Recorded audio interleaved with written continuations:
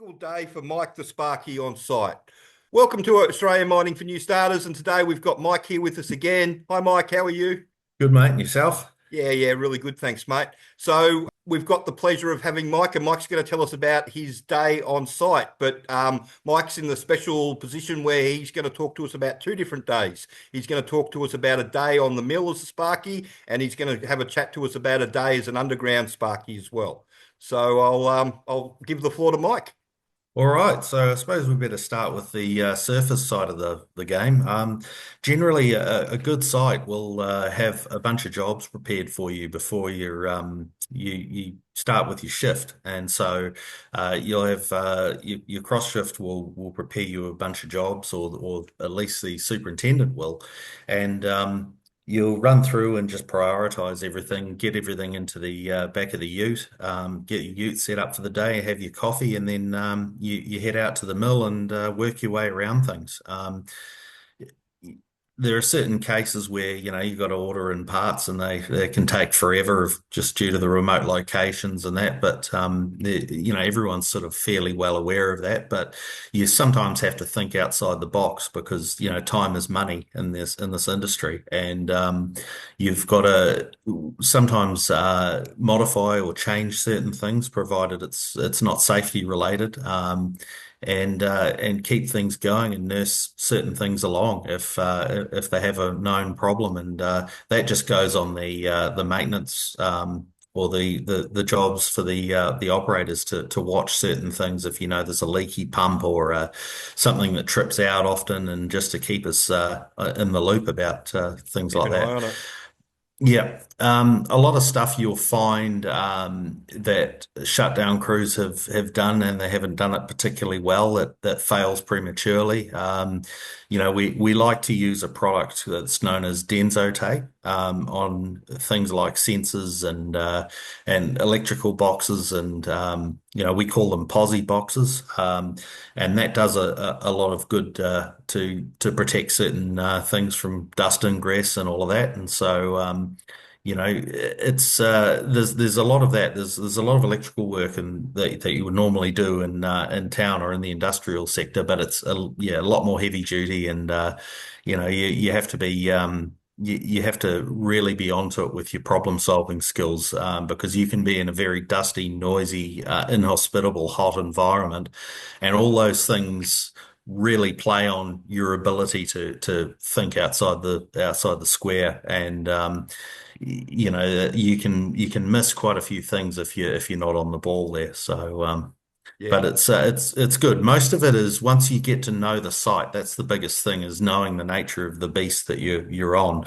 And once you know the site, you're generally going to know what goes wrong, and you're going to know those typical problems that reoccur. Like one particular site I was on, it was a belt rip sensor, and so every time the big conveyor, our CVO1 would trip, you'd know it was a belt rip sensor, and you just went straight there to sort it out, and you'd have it up and running in minutes. And the operators thought you're an absolute champion because of that. So it's just a matter Yeah, of knowing it, knowing you're getting into that knowing your flow. site. Yeah, and learning if those particular sensors are on your site. If you've got, Yokogawa sensors on site, you want to learn about those very quickly, and you can put off other things that aren't on your site till later on, or, Yep. things like that. Yep. So, So with the mill, it's very much maintenance oriented and, sort of yeah, waiting for a breakdown. And so, yeah.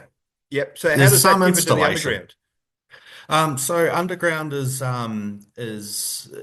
it's not really too similar, because generally what underground is screaming for you to do is to relocate switchboards so they can plug in the jumbos, But and jumbo box moves. yeah, absolutely. And the other one is jumbo plugs as well are a constant bugbear. They get water ingress, and of course, being 1,000 volts, they're not very tolerant of particle ingress or water ingress. So you'll have a lot of that. You have to become very good at pulling apart those jumbo plugs, because they're not like a standard IP56 industrial, three phase or plug. They're a little bit more gnarly than that, and There's also a lot of steel wide armored cable, like the mine I worked at. They ran 95 cables just everywhere, so we were quite lucky in that regard that you just need a couple of shifters and your hacksaw and that, and you're away. But there are sites that will probably run different SWA cables, and they can be really hard to work with. Again, the environment is incredibly hot, humid. If you are unfortunate enough to be stuck under a vent fan and it's the only vent fan running, you have to leave it on. You can't turn it off. And it Very can be loud. quite, yeah, it can be extremely loud, and it's incredibly hard to communicate with other people. You cannot hear the UHF, and you can't even hear the guy who's screaming at you to pick up a bolt or something like that. So Yeah, you get good um, at sign language very quickly. you absolutely do. Yeah, we used to call it, the other one was, we used to call it was physical Morse code, where you punch your workmate because that's the only way you're going to get his attention. So, Yep, yep, yep, um, yep, yep. No, but and the light gets a big play too, shining the light on what you want and using that as a yes. director and all that sort of stuff with your cap lamp. Yeah, that gets big Very play. much. Very much. And yeah, it's very hot, hard work. But it can be good work depending on which site you're at. But it's pretty rewarding, and you sleep well at night after that. But it really depends what game you're on. I mean, the money is fantastic as a Sparky, underground Sparky. So if you're young and you're looking for that, you want to get under there and do your time underground first when you got your strength and your physical agility there. All And the cable runs. yeah, in the meantime, if you end up wanting to go on the surface, take courses, do your hazardous areas, do your HV switching and all that sort of stuff that shows you're not just going to be rough as guts. So when the time comes to transition into a processing mill or something like that, they're going to look upon you more favorably as rather than someone who's used to just smashing stuff underground. They're worried that they're going to destroy their sensitive equipment up in the mill, And so Yeah, there's a bit of that as well that goes on argy-bargy between underground and surface. But yeah, it's all it's part of the fun. That's why you're a bit yeah, unique, having worked in both. A yes, lot of people pick one side or the other and then stay in their lane.